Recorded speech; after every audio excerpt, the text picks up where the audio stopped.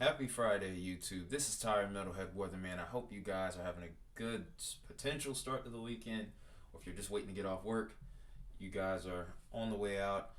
Day's been smooth, etc. So, of course, on Friday, if you're new to the channel, because we have been growing a bit, not a whole bunch, but a bit, we do weekend forecasts every Friday. So, we're going to go into that again today. So without further ado, let's get into it. In yesterday's video, cards right here in the right hand corner of the screen, we talked about the severe weather threat for tomorrow and Saturday, but now we have a marginal risk on Sunday, so I'm quickly going to touch on that. Pretty much from Idaho and Montana into the northern plains here, there is a slight, well, not a slight chance, but a very minimal chance, marginal chance of severe weather. This stretches for the northern plains. This stretches from north central Kansas, I would say, through Nebraska and through the Dakotas.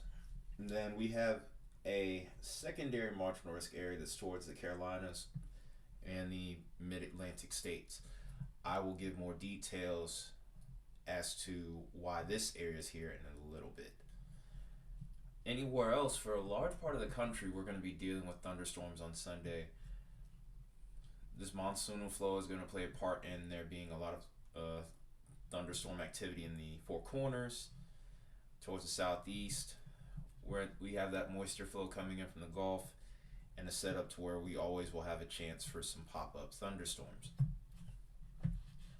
Now, let's go take a quick look at the tropics. And earlier today, this morning, Tropical Storm Bonnie finally came to be. It didn't strengthen or organize itself nearly as much as anyone would have expected. And this is actually a decent outcome for this area here. It's moderately organized, but nothing impressive. It's pretty much close to landfall now, and at the most, and this is a stretch honestly, this might make it to about 50 miles an hour, just as it's starting to make landfall here. But and also, when we look at this system here, this system looks like it's kind of getting sheared apart slightly. Like I said, this area is often a tropical graveyard. A lot of tropical systems often come here to die. They never really form. But we'll have to see what this does over the next few days, but chances are low. Formation within the next 5 days even is 10%. But here's what I'm most interested in, and this is also the cause for our marginal risk of severe weather. So we had a storm system move through this area recently, and then sometimes on the southern side of that towards the ocean, we might get a little bit of lingering storms left over, and this will start to turn into this will try to turn itself into a tropical disturbance, and this is the case here. 10% chance of development, so close to land. I don't see this really doing much of anything except bring unsettled weather to the southeast and increasing the rain and thunderstorm chances, because this is a point of low pressure. So anyone around the southeast over this weekend, fireworks could be sketchy come Monday, and we can also say that you might need to watch out for some flash flooding. Ponding on the roadways is likely, because this is a tropical disturbance. So if you end up under one of these thunderstorms that's a byproduct of this, you can expect some heavy downpours. Alright, and now that we've done that, let's take a look at the temperatures for everyone for the weekend, and then we'll look at the radar. So right now, we're looping along here, and for the most part people are warm, but not as warm as last weekend. So this is a welcome sign for many as we get towards Saturday. Places are hitting the 90s still, especially around the southern plains, but we're not hitting the hundreds. Also, I would say around Texas and the southern plains, we'll have to watch for this other tropical system. Well, actually, I think it's already come in and made landfall, so to speak. So we're getting a decent amount of rain, and this may also work its way over to the south and east as well. I think it works its way more north and may cause a severe weather threat around the Ohio Valley towards maybe Saturday, I would say, or maybe even tonight. It's hard to say right now, but a lot of stuff is going on there. Uh oh. Oh wow. Well, that was weird. Okay. All right. Now let's try that again. Completely lost my placement here because of that. Gotta love computer issues. So Saturday, it's still expected to be hot in some places, but we're still not as bad as we were last week. The lows around a lot of areas, especially the further north you go, it's a little bit more comfortable. We have some areas that are in the 50s and 60s. It's a little warm for you, but if you're in the south like me, that sounds amazing right now. Having lows in the 50s. I can't remember the last time we had a low into the up like lower 60s and upper 50s.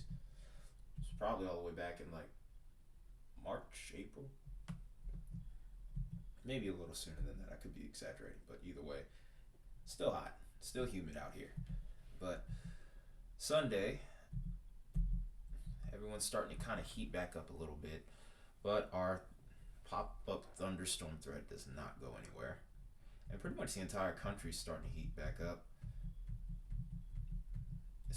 And this was to be expected because when I did the long range forecast video almost a week ago now, I did see a slight warm up coming, but there could be a cool down in store. We'll take a closer look at that over time. We'll take another look at a weekly forecast at some point and see what happens next, because these models will change at the drop of a dime. Alright, let's see what radar reflectivity could look like over the weekend.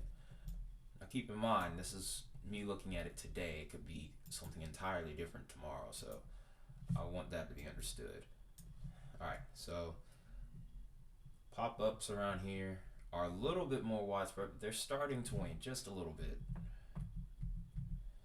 And as we get into the overnight, our storms are going to start to diminish unless you're directly towards the coast. And then we can look at our tropical system starting to wreak some havoc in the morning around the Carolina coast. Meanwhile, we have our monsoonal flow bringing in more storms to the Four Corners region. Then our severe weather threat is going to fire off later into Saturday afternoon, Saturday evening in and around the northern plains. And of course, when we look into Sunday, there, like I said, with a marginal risk, you don't expect a lot of storm coverage. But there does look like there's something offshore that may come through areas like Cape Hatteras into the late evening and early Sunday morning hours. The late evening Saturday hours, and into early Sunday. And then here's our low pressure here. Looks to cause a little bit of trouble around the Dakotas in particular. There may be a chance that gets upgraded to a slight risk. We'll have to see what happens with that. All while in the meanwhile, things look relatively calm as we start to head into the wee hours of Monday. Well, so a nice short, sweet weekend forecast. Tried to keep it short for you guys. I know I've been making a lot of longer videos because there's been more stuff to cover. But this is all I got for you guys today. We'll figure out what we're going to do in the next video, because I can't really give you a schedule because the weather changes at the drop of a dime. So, that being said, I will see you guys in the next one. Probably will be making one tomorrow, but till then, this has been Tyler Metalhead Weatherman. I'll see you later.